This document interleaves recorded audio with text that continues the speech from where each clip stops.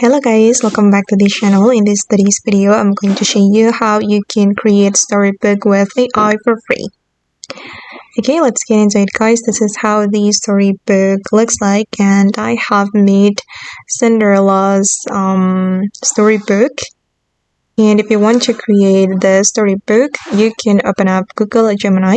You can visit gemini.google.com, or you can open up the Gemini app.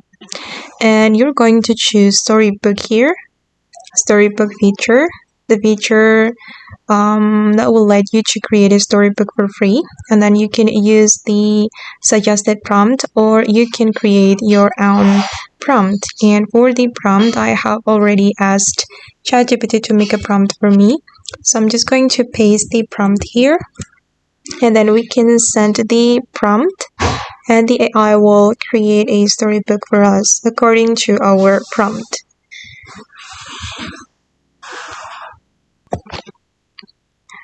Okay, and the storybook is ready guys, and I'm going to open it in the full screen. Okay, this is for the cover and the first page, and yeah, that's so cool. Okay, and that's all the tutorial for today. I hope this video will be useful for you. Thank you so much for watching, and bye.